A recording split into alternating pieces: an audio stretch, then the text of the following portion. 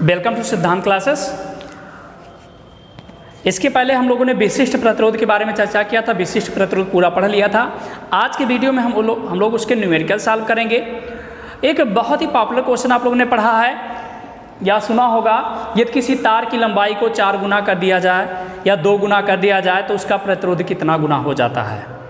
ठीक है ना, ये क्वेश्चन बहुत बार पूछा जाता है। तो ये क्वेश्चन क्या है, कैसे आता है, उसके बारे में हम चर्चा करते हैं। तो चलिए सबसे पहले हम लोग एक सूत्र लिखते हैं। हम लोगों ने पढ़ा R बराबर क्या, रो L बटे ए, ऐसा पढ़ा है सूत्र। अब हम क्या करते हैं, कोई तार है जिसका प्रतिरोध R1 है, रो उसकी लंबाई L1 है और उसका क्षेत्रफल जो है A1 है।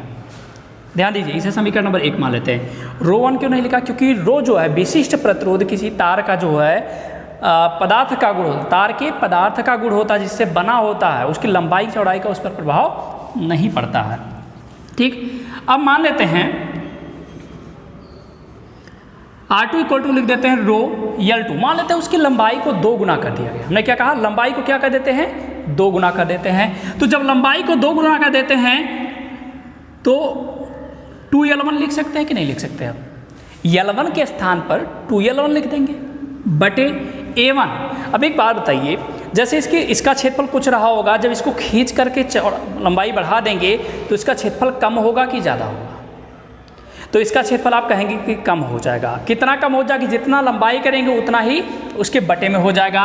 यानी इसे हम कह सकते हैं A1 बटे 2। जब लंबाई 2 गुना तो अनुप्रस्थ काट का क्षेत्रफल आधा मतलब बटे 2 होता है। ध्यान रखिएगा, जब लंबाई 2 गुना करेंगे तो उसका अनुप्रस्थ काट का क्षेत्रफल कितना होगा, आधा हो जाएगा।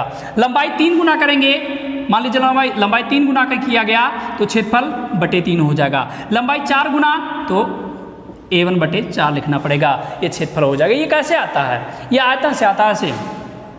A1 L1 equal to A2 L2।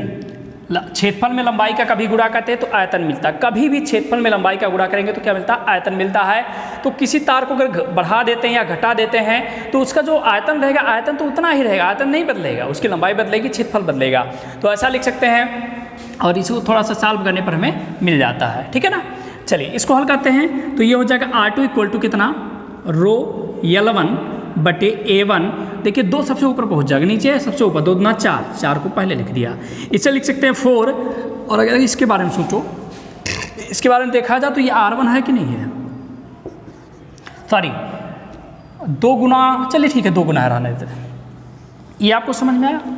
यानी यदि किसी तार की लंबाई को 2 गुना कर दिया जाए तो जो उसका प्रतिरोध है कितना गुना हो जाएगा, 4 गुना हो जाएगा। कितना गुना हो जाएगा, 4 गुना। अब मान लीजिए हम n गुना कर देते हैं, लंबाई को n गुना कर देते हैं तो यहाँ n लिख देते हैं। तो यहाँ अगर n लिखेंगे तो यहाँ पर भी क्या होगा, n हो जाएगा। अब यहाँ पर क्या हो जाएगा, n स्क्वायर हो जाएगा और यहाँ पर भी हमारा क्या हो जाएगा, अब n स्क्वायर हो जाएगा। और इसे एक सूत्र की तरह आप याद कर सकते हैं। यदि किसी तार की लंबाई को हम n गुना बढ़ाते हैं तो उसका जो प्रतिरोध है वो n स्क्वायर गुना हो जाता। किसका, जो पहले रहा होता है, जो पहले रहा होगा प्रतिरोध R1, उसका n स्क्वायर गुना। n स्क्वायर गुना मतलब जितना गुना कहा गया उसका स्क्वायर गुना। ठीक है, ये सूत्र की तरह आप याद कर सकते हैं। R2 equal to n square R1। R2 का मतलब बाद वाला प्रतिरोध और R1 का मतलब पहले वाला प्रतिरोध, जो भी दिया रहा होगा क्वेश्चन में। अब इस कई सारे क्वेश्चंस मैं करवा देता हूँ, जल्दी जल्दी से सुनिए, बता दे रहा हूँ और आंसर भी आ जाएगा। यदि किसी तार की लंबाई को 2 गुना कर दिया जाए तो प्रतिरोध कितना गुना हो जाएगा, इसी में n के स्थान पर रख दीजिए 2। n मतलब क्या, गुना, कितना गुना कहा गया है। ठीक है ना, अगर किसी तार की लंबाई को 10 गुना कर दिया जाए तो प्रतिरोध कितना गुना हो जाएगा, 10 का स्क्वायर 100 गुना हो जाएगा। मतलब जितना गुना कहा जाएगा उसका स्क्वायर कर दो, उतना गुना हो जाएगा, पक्का है। ठीक है ना। अब मान लीजिए क्वेश्चन कोई कह दिया जाए, यदि किसी तार की लंबाई को आधा कर दिया जाए, तार की लंबाई को आधा करने की बात की गई, तो आधा का मतलब क्या होता है, 1/2 होता है कि नहीं होता? आधा का मतलब 1/2, तो 1/2 गुना कर दिया, मतलब चाहे कहा जाए आधा कर दिया जाए, चाहे कहा जाए 1/2 कर दिया जाए, बात एक ही है। तो 1/2 गुना कर दिया जाए, इसका स्क्वायर कर दो, यानी 1/4 हो जाएगा, यानी 1/4 गुना हो जाएगा। 1/4 गुना का मतलब 1/4 कह सकते हैं। 1/4 गुना का मतलब क्या होता है, 1/4 होता है। ठीक है, तो चलिए एक क्वेश्चन जल्दी से मैं बोल रहा हूँ, उस क्वेश्चन को पहले लिखिए और तब आगे क्वेश्चन सॉल्व करवाते हैं। देखिए, यदि किसी तार की लंबाई को n गुना कर दिया जाए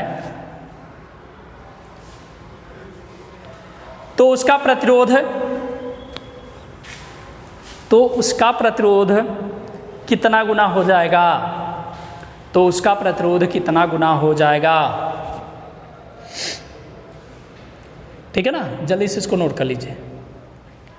अगर कभी ऐसे भी पूछ लिया जाए सिद्ध करने के लिए कि सिद्ध कीजिए यदि किसी तार की लंबाई को n गुना किया जाए तो उसका जो प्रतिरोध होता है n स्क्वायर गुना होता है, तब भी इतना सॉल्व कर दो, सिद्ध हो गया। वीडियो पॉज करके नोट कर लो, मैं मिटा दे रहा हूँ और आगे के क्वेश्चन कराता हूँ, ठीक है ना। चलिए अब क्वेश्चन लिखिए जल्दी से अगला। पहले और सिंपल क्वेश्चन करवाते हैं तब इसको भी कराते हैं। लिखिए, किसी धातु के 1 मीटर लंबे तार का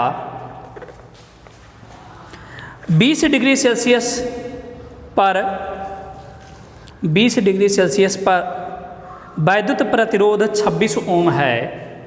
वैद्युत प्रतिरोध 26 ओम है। यदि तार का व्यास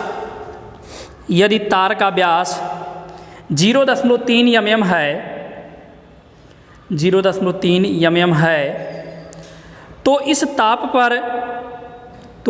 ताप पर धातु की वैद्युत प्रतिरोधकता क्या है? वैद्युत प्रतिरोधकता क्या है? देखिए कैसे सॉल्व होगा, बहुत ही आसान है।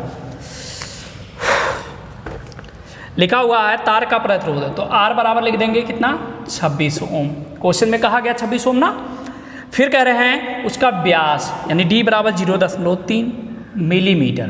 ध्यान दीजिएगा, तो 0.3 गुणे 10 क्या आते कितना लिख सकते हैं? -3 मीटर लिख सकते हैं। मिलीमीटर को अगर मैं मीटर में बदलना हो तो ऐसा लिख सकते हैं। और चलिए ऐसे ही रहने देते हैं, ठीक है। लंबाई यानी L बराबर कितना दे रहे हैं? 1 मीटर दे रहे हैं। ध्यान दीजिएगा, जो दिया गया था उसको हमने लिख लिया। अब ये क्या पूछ रहे हैं? विशिष्ट प्रतिरोध है, तो रो बराबर हम लोगों ने पढ़ा RA/L। अब एक प्रॉब्लम है, A का मतलब क्या होता है? देखिए R पता है, L पता, लेकिन A नहीं पता है। A का मतलब क्या होता है? क्षेत्रफल।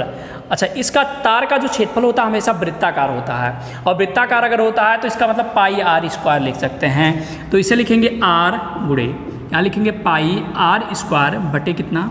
L। अभी भी प्रॉब्लम है, R नहीं पता। R मतलब क्या होता है? त्रिज्या, और यहाँ पर क्या पता था? व्यास। हम कहेंगे इसलिए R बराबर क्या हो जाएगा? 0.3 गुणे 10 क्या आते हैं? -3 बटे 2। अगर हल कर रहे थे तो कितना? 0.15 गुणे 10 क्या आते हैं? -3 मीटर। ये हमारा त्रिज्या, क्योंकि जानते हैं व्यास का आधा होता है, और व्यास का आधा तो ऐसे लिख सकते हैं। अब यहाँ पर सारे के सारे वैल्यू को रख दीजिए। R का वैल्यू कितना है? R का वैल्यू देखिए 26 गुणे पाई का वैल्यू कितना? 3.14। R का वैल्यू 0.15 गुणे 10 क्या आते हैं? -3 का स्क्वायर। देखिए जितने लोग कैलकुलेशन नहीं जानते परेशान मत हो, वो भी समझ में आएगा, ठीक है। RL का वैल्यू 1। अब हल करते हैं, इसका गुणा इसके साथ करना। चलिए अभी मैं ऐसे लिख देता हूँ, 26 गुणे 3.14 गुणे दशमलव को आप भूल जाइए, पहले स्क्वायर कर लीजिए।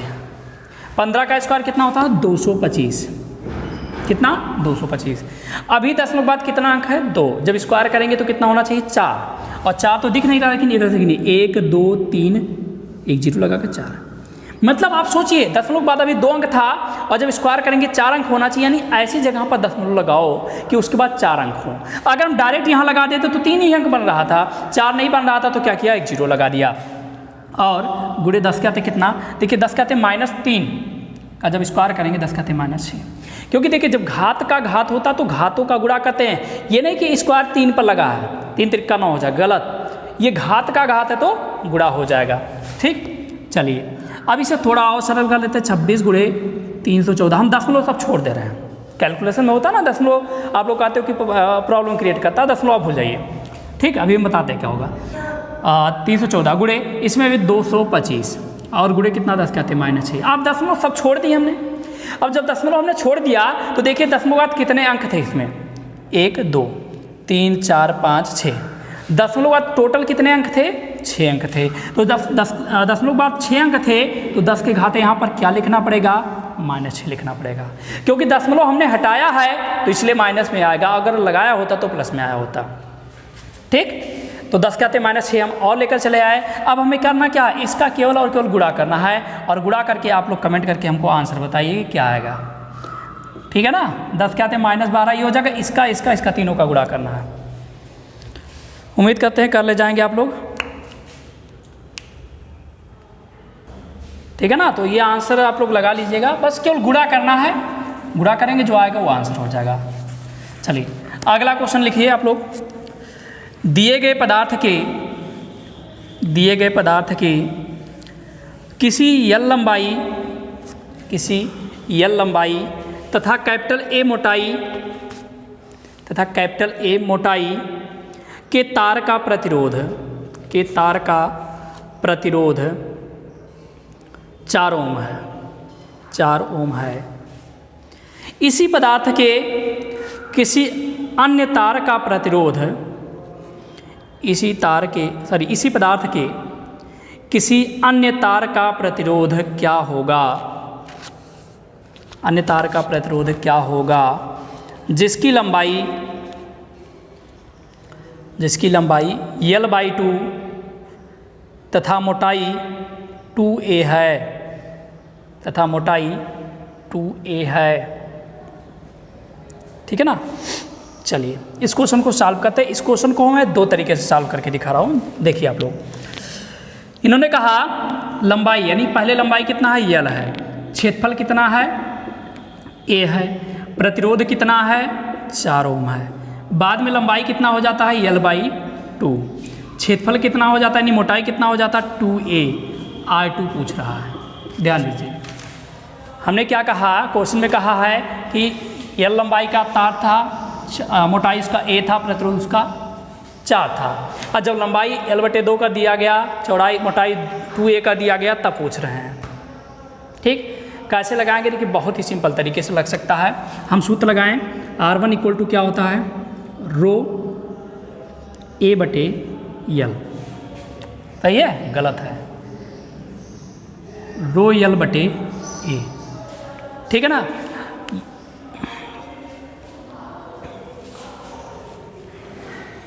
अब यहाँ पर अच्छा A1 लिखना पड़ेगा, रो रहने दीजिए ऐसे, और L1 का मान L और A1 का मान A और R1 का मान 4, समीकरण नंबर 1 मान का छोड़ दीजिए।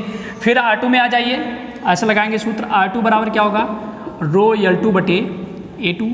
R2 का मान हमें नहीं पता, रो नहीं पता है, L2 का मान कितना, देखिए L2 का मान L/2 बटे A2 का मान कितना, 2a, रो गुणे, अब कहेंगे कि किसका गुणा किसके साथ होगा, इसका गुणा इसके साथ होगा क्योंकि इसके बटे में एक और है, तो ये हो जाएगा कितना, L/4a। इसको लिख सकते हैं 1/4 और रो L/A। ये R2 यानी R2 = 1/4। और अगर इसको देखा जाए, ध्यान दीजिए, रो L/A का मान यहाँ से देखिए कितना है, 4 है, तो 4 रख दीजिए, 4 से 4 कट गया, यानी 1 ओम।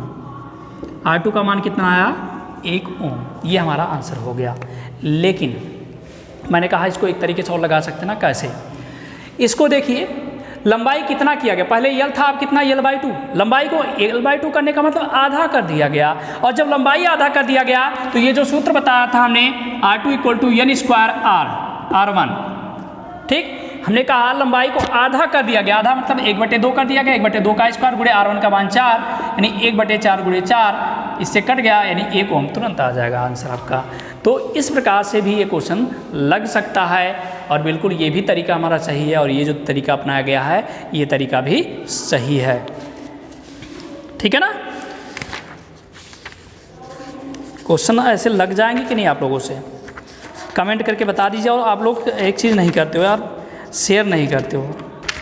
जितने भी ग्रुप में जुड़े हो, जितने दोस्त हैं आप लोग के, सबके पास शेयर किया करो, वीडियो को पूरा देखा करो, तो मज़ा आता है। चलिए एक क्वेश्चन आप लोग होमवर्क नोट कर लीजिए, इसी टाइप का है।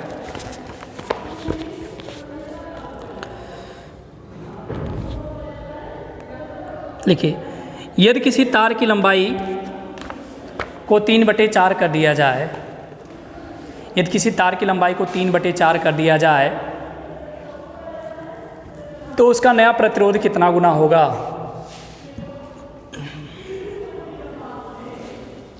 यहाँ मैं हिंट देता हूँ, n बराबर 3/4, जितना गुना कहा जाता है वही n हो जाता है। 3/4 को शब्दों में 3/4 भी बोलते हैं, तो क्वेश्चन में 3/4 भी लिखा हो सकता है, ठीक है ना। 1/3 मतलब 1/3, 1/4 मतलब 1/4, 2 गुना 3 गुना तो जान ही रहे हैं, 2 गुना मतलब 2 का गुणा, 3 गुना मतलब 3 का गुणा, ऐसे किया जाता है।